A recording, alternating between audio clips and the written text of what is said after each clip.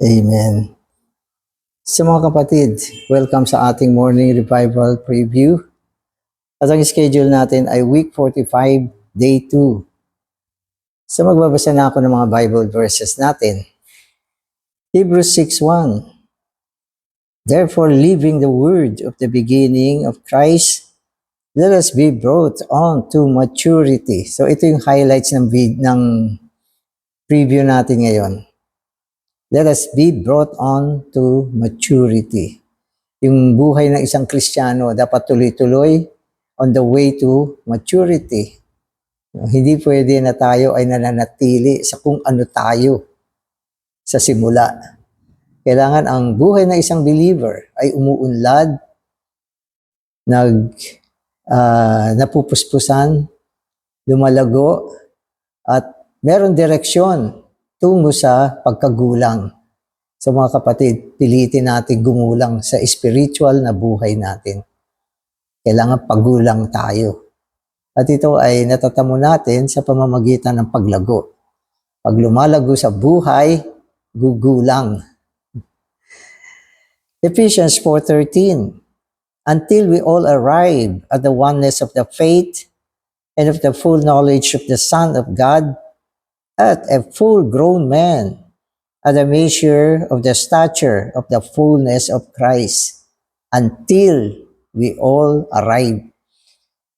So, ibig sabihin, ang Christian life ay pasulong hanggang marating mo. Hanggang marating mo ang kasukdulan. Naalala ko yung sinabi ni Paul na siya ay gumagawa para sa isang purpose, presenting every man mature in Christ. So, maging sa panig ni Paul, sa kanyang paggawa, sa kanyang pagpapastol, sa kanyang pagmiministeryo, sa kanyang paglilingkod, tungo sa mga banal, ang goal niya, dalhin sila sa maturity. At dito naman sinasabi sa atin, ang direksyon natin ay ang kaisahan sa pananampalataya, ang puspos na kaalaman sa anak ng Diyos, ang puspos na paglago bilang isang believer hanggang marating natin ang sukat ng kapuspusan ni Kristo. Mataas ang ating goal. Hindi lang ito, okay lang, believer ka na, saved ka na. So, hindi pwede yung ganun. Amen. So, magbabasa na ako. In Revelation 12, the rapture of the man-child who fights against God's enemy is for a function before God. God needs the man-child to be raptured to the heavens to fight the battle with his enemy so that the enemy might be defeated and cast down to the earth for the fulfillment of God's purpose. Amen. So naalala nyo yung man-child.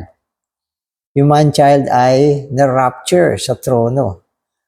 At nung siya ay na-rapture sa trono, nagkaroon ng digmaan, si Michael, the archangel, at ang kanyang mga kasamang anghel ay nakipagsagupa kay Satanas kasama ang kanyang mga kampon. Hanggang mapagtanggumpayan nila ito, maibagsak ito sa lupa. Kaya binabanggit dito, ang rapture ng man-child ay upang labanan ang kaaway ng Diyos. At dahil dito, may tuturing na ang man-child ay para sa isang function sa harapan ng Diyos, isang gawain. So hindi lang ito basta na rapture para sa kanilang kasiyahan. O hindi lang ito na rapture para sa kanilang glory, kundi ito ay isang function na gusto ng Diyos na gawin nila. Gusto ng Diyos na ang man-child maiakyat sa kalangitan, sagupain ang kanyang kaaway, at ito ay ibagsak sa lupa. At yan ay isang pagsasagawa sa loob ng ekonomiya ng Diyos. Kailangan dito. Kaya ang nangyari dyan ay isang gawain para sa kasiyahan ng Diyos. Yan ang pinapakita sa atin, na ang rapture ay para sa kasiyahan ng Diyos, para sa pagsasagawa ng walang hanggang layunin ng Diyos, na ang kanyang kaaway, makita niya na ibinagsak binagsak siya ng kanyang mga tao, mga taong kanyang tinamo, mga tao na kanyang binuuan, mga tao na pinasulong niya hanggang sa umunlad, lumago, maging man-child, maging mga mandaraig. So ito ang pinakikita sa atin, na tayo mga believer, gusto ng Panginoon na maging mga mandaraig. Pwedeng maging man-child, o pwedeng maging first fruit. Ano pa man yan. At lahat ng ito, kailangan makita natin ay para sa pagsasagawa ng walang hanggang layunin ng Diyos. Ito ay sa panig ng Diyos. Kasi minsan madalas iniisip natin, ang Diyos meron na siyang lahat eh. Maligaya na siya sa sarili niya.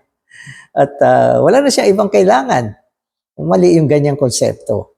Tandaan natin, sa kanyang ekonomiya, kailangan niya ang tao. At ang taong natamo niya, kailangan umunlad, sumulong, gumulang, maging mandaraig upang maggamit niya sa kanyang ekonomiya, maisagawa ang kanyang kagustuhan, matamo niya ang kanyang kasiyahan mula sa tao. So yan yung pinakikita sa atin. Kaya kailangan meron tayong puso na Panginoon, papasayahin kita. Gagawa ako para sa iyong kasiyahan. Hindi ko papansinin ang aking pansariling kasiyahan. Gagawa ako para sa iyo. So ganun ang mga man-child. Para bang si David. Si David naging hari na eh. Dapat masaya na siya eh. Pero hindi siya lubos na sumaya. Kasi alam niya na merong gusto ang Diyos. Merong isang bagay sa puso ng Diyos na gusto niyang makamit. At kalaunan, yun din ang gusto ni David. Kaya tinawag si David na isang tao ayon sa puso ng Diyos. At nung panahon na yan, ang gusto ng Diyos ay maitayo ang kanyang tahanan, ang kanyang bahay. Walang iba kundi ang tabernakulo na kalaunan ay naging templo. Kaya si David ang gumawa. Kaya ang Diyos tuwang-tuwa kay David. Hindi siya makasarili. Hindi siya nagpapahalaga sa kung ano naabot niya. Hari na siya eh, kung tutuusin eh. Pero wala siyang kapayapaan hanggat hindi na isagawa kung ano ang nasa puso ng Diyos. Kaya dapat tayo mga mandaraig ganyan din. O tayo ay dapat maging mandaraig para dito. Kaya ngayon nakita ko yung panahon ngayon ng graduation sa itong buong linggo. Actually, ang graduation, mga kapatid, sa isang banda, yung mga nag-aral na estudyante, tuwang-tuwa sila. Pero wala silang masyadong pandama na ang graduation para sa magulang nila yan. Kasi ang laki ng hirap ng mga magulang para sa kanila. Kaya gustong-gusto nilang makatapos yung anak nila. Yun ang gusto nila. Basta yun. Hindi lang yan para sa sarili nila. So mga kapatid, magpapasa pa ako, sabi rito, in the same principle, the first fruits in chapter 14 do not merely enjoy the rapture, but satisfy God's need. Okay, so sinasabi rito, it is to satisfy God's need. God and the Lamb needs enjoyment. God is hungry and thirsty. He desires some first fruits to taste for His satisfaction. Amen. So, ito naman yung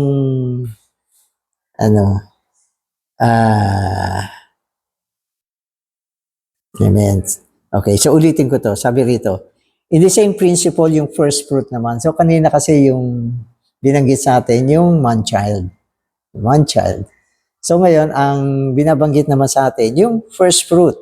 So, yung first fruit, ito naman yung 144,000 living overcomers. Okay. So, sabi niya, yung first fruit, okay, ay ganun din. Ang kanyang pagka-rapture ay para sa kasiyahan ng Diyos. Okay. Ang Diyos at ang Kordero ay nangangailangan ng isang bagay para sa kanyang enjoyment. Siya ay gutom, uhaw, at ninanasa niya Okay, na itong first fruit ay ma-rapture para sa pansarili niyang kasiyahan. Kasi yung type ng first fruit sa Old Testament, ganun Yung unang bunga ng mga Israelites, dadali niyan sa templo ng Diyos, hindi yan kakainin ng mga tao. No? At yung first fruit ay para sa Diyos upang matugunan ang kanyang uhaw at kagutuman. Tapos yung katuparan ng first fruit ay yung 144,000 na na-rapture sa trono ng Diyos. At yan ay kailangan niya ng Diyos sapagkat yung kanilang pagka-rapture ay tugon sa kauhawan at kagutuman ng Diyos. Na ang ibig sabihin, itong mga mandaraig, natugunan nila ang kasiyahan ng Diyos. Inaantay sila ng Diyos upang maialay sila sa Diyos. Sila ay maging kasiyahan ng Diyos. So yung isa nagsagawa ng kagustuhan ng Diyos. At yun ay isang malaking kasiyahan sa Diyos. Ito naman, inialay para sa Diyos. Para sa kasiyahan ng Diyos. Okay. So on the one hand, the man-child fulfilled God's purpose by defeating his enemy. On the other hand, the first fruits are for God's satisfaction. As the first fruits offered to God in the temple for his satisfaction, the living overcomers enjoy the rapture in order to take care of God's need. So ang rapture nila is to take care of God's need. So alam niyo kasi itong mga istorya ng rapture, talagang iniisip natin yan. Alam niyo bakit ba natin iniisip itong rapture? Kasi magkakaroon ng matinding kapighatian dito sa lupa. At alam natin na ang sagot upang takasan natin yung matinding kapighatian na yan ay ang ma-rapture tayo. Para bang atomic bomb yan o hydrogen bomb na tatama sa lupa. Na ang tanging paraan para matakasan mo yan ay dapat wala ka sa lupa. At ang kaligtasang inihanda ng Diyos ay ang ma-rapture tayo mula sa lupa tungo sa kalangitan. At ayaw din naman natin sa air. Gusto natin sa throne. Tama yan. Kaya ito ay para sa ating kasiyahan, para sa ating salvation, para sa ating deliverance. So, tama din naman yan. Kaya lang, ang pinakikita dito, huwag tayong selfish. Huwag lang tayong para sa sarili. Ayokong nandito ko, gusto kong ma-rapture. Maranasan ko yung umaakyat ng napaka-matinding kasiyahan. So, okay lang naman yan. Pero hindi mo alam, sa panig ng Diyos, mas malaki ang kanyang pangangailangan. Mas malaki ang kanyang kasiyahan. Mas malaki ang kanyang kaluguran upang maisagawa ang kanyang walang hanggang layunin. So, yun yung pinakikita sa atin. We should pay attention to our maturity so that we may be the first fruits to satisfy the heart of God. If we all still immature, how can we be the first fruits and be raptured? Kaya yun yung sinasabi natin. Kung hindi tayo mamamature, hindi mangyayari na tayo magiging overcomer. At kung hindi tayo naging overcomer, hindi tayo mararapture. At ang rapture na mangyayari sa atin ay rapture of the majority to the air for judgment. So ayaw natin ng rapture na yan. Amen. In order to be first fruits, we must love the Lord Jesus. We should spend our time in loving the Lord, saying, Lord, I enjoy looking at you and taking to you. Lord, I want to satisfy you, to be one with you, and to stay in your presence. We should learn to spend time loving the Lord just in an intimate way. Amen. So, isang paraan para rapture, para maging overcomer, para maging isang tao para sa kasiyahan ng Diyos ay ang mahalin ng Panginoon. So huwag natin kalilimutan na hindi lang basta gawain ito. Ito ay isang uri ng pag-ibig na dapat meron tayo sa Panginoon. Sapagat tayo ay madadala sa Panginoon kung ang ating pag-ibig ay sapat para sa Kanya. Kaya ang isa sa mga dinidevelop natin ay yung pag-ibig natin sa Panginoon. Na naniniwala tayo, isa sa paraan para ma-develop yung pag-ibig natin sa Panginoon ay ang palagi ang nadadala sa Kanyang presensya. Nagugugol ng panahon upang mahipo siya sa isang intimate, isang matalik na pakikipag-ugnay sa Kanya, lalo na sa umaga. No, kailangan meron tayong paglalaan ng oras para sa Panginoon. Diba? Huwag nating gawing busy yung sarili natin sa maraming bagay, tapos napapabayaan natin ang ating kaugnayan sa Panginoon. Kailangan araw-araw meron kang isang matalik na pakikipag-ugnay sa Panginoon, nananatili sa Kanyang presensya, nagkakaroon ng isang mainam na salamuha sa Panginoon. Sapagat kung ginagawa natin yan, unti-unti, yung pag-ibig natin sa Panginoon ay umuunlad, lumalago, nai-intensified. So, kailangan yon. Amen. It is not adequate merely to be sinless. Neither it is sufficient simply to be good or right. We must be in love with the Lord. We all need to fall in love with the Lord Jesus, telling Him, "Oh Lord Jesus, I love you, and you know that I love you. Because I love you, Lord, there are certain things that I will not do." Amen. So, hindi sapat na ang isang believer ay mabait, tama sa kanyang mga ginagawa, moral ang kanyang pamumuhay. Hindi sapat yan. Hindi sapat yan. Kailangan ang ating buhay ay aktibo.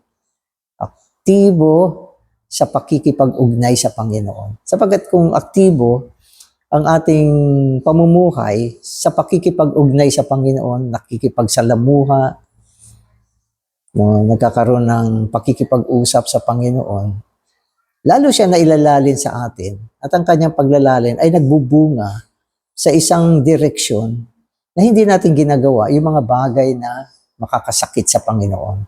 Kailangan yung ating pagiging maayos, hindi lang siya bunga ng isang pagpupumilit, pagsisikap, no, at pagkokontrol sa ating mga laman, mga aktibidad ng laman. Hindi ganun. Kundi mula sa ating mainam na salamuha, mainam na pakikipag-ugnay sa Kanya, pananatili sa presensya ng sa presensya ng Panginoon. Nagbubunga yung isang moral, maayos, tamang buhay. So yan yung kailangang pilitin natin. No, wala iyan sa pagsisikap.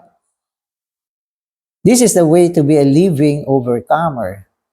Although the Lord certainly needs the man-child to fight against his enemy, even more, He needs the first fruits, His lovers, to be His satisfaction. So maganda yung sinabi rito, His lovers. No, magandang pakinggan na man-child, first fruit, malakas na bahagi. Maganda yan, lumalaban. Pero naniniwala ako, mas mainam pakinggan yung salitang His lovers. His lovers. Di ba? Kung minsan sa buhay ng mag-asawa, maaring yung asawang babae, talaga napakagaling, napakasipag, ang dami niyang kayang gawin. Malinis ang bahay. Ang inam ng kanyang mga niluluto. Ano pa? Hinahanda niya ang mga kailangan ni Mr. Walang masabi si Mr. Pero, ano ba ang kailangan ni Mr.? Lovers, hindi katulong. So, yun yung sinasabi sa atin. Ang love, ang pinakamataas, okay, na relasyon ng kasiyahan. Love. Kaya dapat tayo mga lovers. lovers of Christ for His satisfaction. We should be first fruits, those who ripen earlier for the Lord's satisfaction. We need to say, Lord, for the sake of your satisfaction, I want to ripen early. Lord, as long as I can satisfy you, it makes no difference to me whether I'm on the earth or in heaven. This is the attitude of the living overcomers. So masarap na nasa kalangitan kaysa nasa lupa. Siyempre, pag pinapili ka, langit o lupa, kung ikaw ay isang spiritual, langit ang gusto mo. Sapagkat ang buhay sa lupa ay napakahirap. Samantala kung naiakyat ka doon, tapos na ang lahat ng mga masasalimuot na bagay sa buhay natin. Pero ang isang overcomers, hindi naman niya alintana kung saan siya nandun. Lupa man yan o langit, o ginhawa man yan o hirap, o pagdurusa man yan o sarap. Hindi siya para dyan. Siya ay para sa kasiyahan ng Diyos. Ganda niyan. So yung mga totoo nagmamahal sa Panginoon, hindi sila nagmamahal dahil sila ay bine-bless o dahil binibigyan sila ng magandang buhay ng Diyos. Hindi sila para dyan. Sila ay para sa kasiyahan ng Diyos. Kaya ito ang mga mandaraig. Ang mga mandaraig, na-rapture yan. Pero hindi sila para sa rapture. Hindi sila para sa trono. Hindi sila para sa ano pa mang meron. O pwede ko nga sabihin, hindi sila para sa maging hari. Kundi ang kanilang puso ay iisa lang ang laman. Mapasaya kita, Lord. Mabigyan kita ng kaluguran. Maging ito man ay kapalit ng aking pagdurusa. Basta, Lord, masaya ka. Yan lang ang gusto ko. So, ganon. At syempre, kung ganyan ang puso mo, nako, imposibleng hindi ka ilagay ng Panginoon sa tamang lugar. Amen. Amen. Because it does not matter to the first fruits where they are. We are not told that not told that they are caught up. Instead, we are simply told that the 144,000 first fruits are standing with the Lamb on Mount Zion. This surely is not a Zion on earth, but a Zion in the heavens. Kaya sa Revelation, binigay sa atin yung isang senaryo na yung 144,000 living overcomers, yung first fruit, sila ay kasama ng kordero na kanilang sinundan saan man magpunta ang kordero na ito. Kaya isa sa mga outstanding characteristic ng kordero ay ang pagsunod nila sa Panginoon. Sumusunod sila sa Panginoon saan man ito magtungo. Hindi sila takot. Basta kung saan ang direksyon ng Panginoon nila, yun din ang direksyon nila. Hindi nila sinasabi, mahirap na direksyon ito. Kamatayon to direksyon na to. Wala silang ganyang pag-aalanganin. Kaya sa kalauna, nakita sila nakasama ng kordero sa bundok ng Sion. At itong bundok ng Sion na ito, hindi ito yung bundok na Sion sa lupa, kundi ito ay ang trono ng Diyos. Katayo ang 144,000 living overcomers kasama ng kordero sa bundok ng Sion. So, yan ang kanilang naging hantungan. So, matuto tayong sumunod sa Panginoon. Hindi ang Panginoon ang sumusunod sa atin. So, wag tayo maglatag na marami mga bagay. Panginoon, bless mo ito. Samahan mo ako rito. Gumawa ka dito. Ito yung gusto ko, Lord. Hindi. Lord, ano yung gusto mo? Susunod ako. Saan ang direction mo? Sasama ako sa iyo. Panginoon, anong gawain mo? Gagawin ko yan. Kaya may kaibahan yan. Iba ang sumusunod sa Panginoon No? Iba ang Panginoon ang sumusunod. Kaya ang overcomers ay following the Lord, the Lamb, wherever the Lamb goes. Amen. At ang hantungan nila ay ang makasama ang Panginoon. Amen. So those who are raptured as the first fruits will have no feeling of surprise. Rather, they will say, Lord Jesus, I have been with you continuously for years. Lord, it makes no difference whether I am on earth or in the third heaven. I have no special feeling about being here because I have been in your presence for years. I have lived in this atmosphere for a long time. If we truly love the Lord and live in intimate fellowship with Him, the rapture will not come as a surprise. It will be an ordinary experience. Amen. Amen. So, ang special sa rapture ay ang kasama ng Panginoon. So, yun yung special dyan. At ma-rapture ka, hindi naman surprise kasi kasama mo ang Panginoon. Nung hindi ka pa nara-rapture, kasama mo na ang Panginoon. Sa lahat ng kapanahunan, kasama mo ang Panginoon. Kaya isang araw, inakyat ka niya, nakasama mo ang Panginoon at nakarating ka sa trono. Ano bang surprise dyan? Wala naman, lugar lang yan. No? Ang isang bagay na sanay ka na ay ang kasama mo ang Panginoon. Sapagkat ang rapture, mga kapatid, ay isang matinding pagdadala sa atin sa isang lugar na kung saan kasama natin ang Panginoon. No? Kaya hindi tayo humihiwalay sa Panginoon sa lahat ng kapanahunan. Nandito pa lang tayo sa lupa, kasama natin ang Panginoon. Sa panahon ng ating pakikibaka, kasama natin ang Panginoon. Ang mga paglilingkod na ginagawa natin, kasama ang Panginoon. Paggising mo sa umaga, nagtutungo ka sa presensya ng Panginoon. Kaya sanay ka na ikaw ay kasama ng Panginoon. Hindi ka nabubuhay nang wala ang Panginoon. Kaya isang araw na rapture ka. Anong meron dyan? Kasama mo ang Panginoon. Kaya hindi na surprise yan. So wag natin isipin na isang araw mararapture tayo. Makakasama natin ang Panginoon. Hindi mangyayari yan. No. Kaya ka na-rapture, hindi ka humihiwalay sa Panginoon. So yun yung ibig sabihin. Ang direksyon ng rapture ay ang maging kasama ng Panginoon sa buong kapanahunan ng buhay natin. So yan yung sinasabi sa atin. No, walang problema sa atin. Maski nasan tayo nandoon sa panahon ng buhay natin sa lupa. May kasabihan naman, di ba?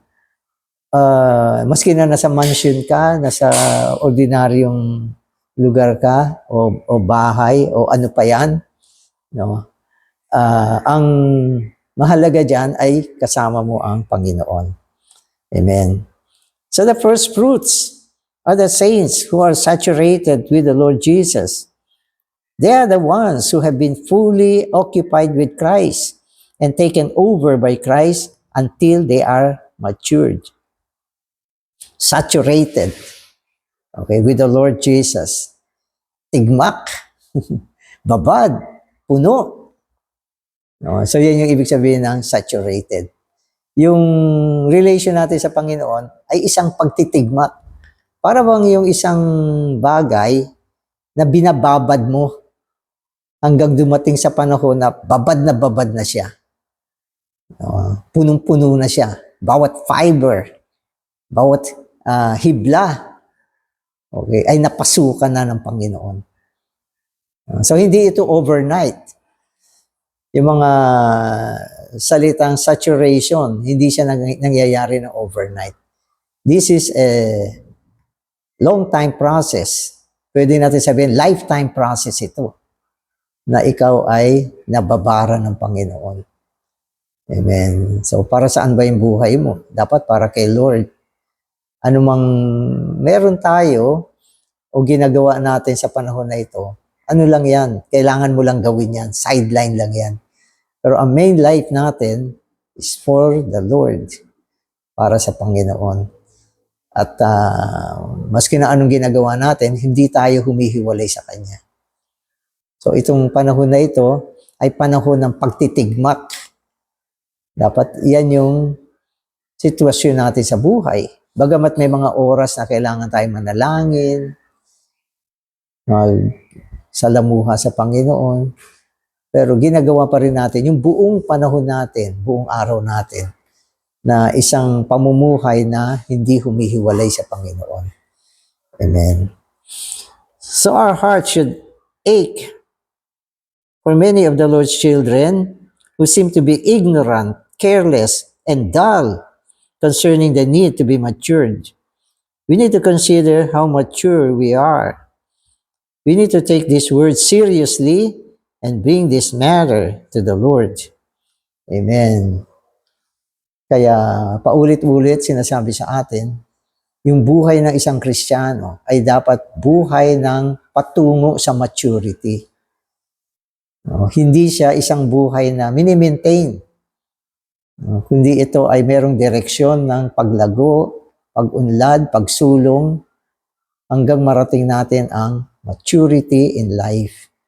At ang maturity in life, hindi ito bagay na overnight, kundi ito ay isinasagawa araw-araw. Araw-araw. Physically, ganyan din ang tao. Dumalaki, di ba? Nagdadagdag ng timbang, umuunlad sa maraming aspekto ng kanilang buhay. At yan ay hindi na-attain ng overnight.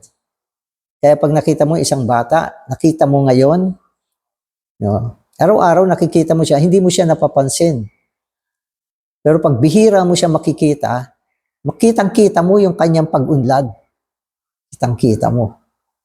So, ibig sabihin, ang maturity ng isang believer ay ganyan din. Araw-araw, minuto, oras-oras, kumakain sa Panginoon, umiinom sa Espiritu, tumatawag sa Kanya, nagtitiwala sa Kanya, nabubuhay sa Kanya. At sinasabi sa atin, ang growth in life ay growth of God within you.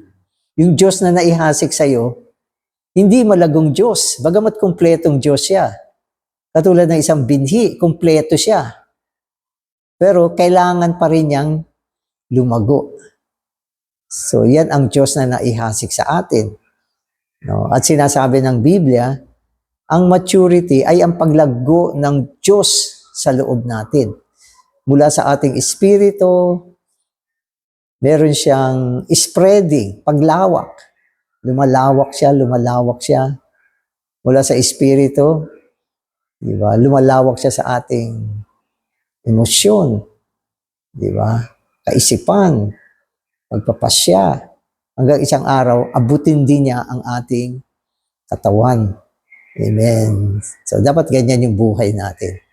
Merong pagsulong, merong paglago. Huwag mong i-maintain. Huwag mo siyang i-maintain. So, we all need to pray. Lord, have mercy upon me, that I would be a part of the first fruits, and that I would be an overcomer. We need to see God's purpose and intention, and we need to see our responsibility to cooperate with Him. We should enjoy Christ, participate in Him, take Him in until we are matured. Amen. So parang yung buhay natin as a Christian, it's also a journey. Pasulong ng pasulong, pasulong na pasulong. Kaya ginamit sa atin yung verse, until we all arrive. Amen. So dapat sabihin mo sa sarili mo yan, until I arrive in the oneness of the faith, of the full knowledge of the Son of God, at the full-grown man, at the measure of the stature of the fullness of Christ. Amen. Salamat, Panginoon, sa mga encouragement. Salamat araw-araw sa mga tustos na dumadating sa amin. Panginoon, salamat din sa pagpapanariwa. Araw-araw, pasulungin mo kami. Bigyan mo kami ng puso, naghahanap sa iyo, at mayroong paghahangad at pagmimithi na makasalamuha ka araw-araw. Salamat, Panginoon. Amen.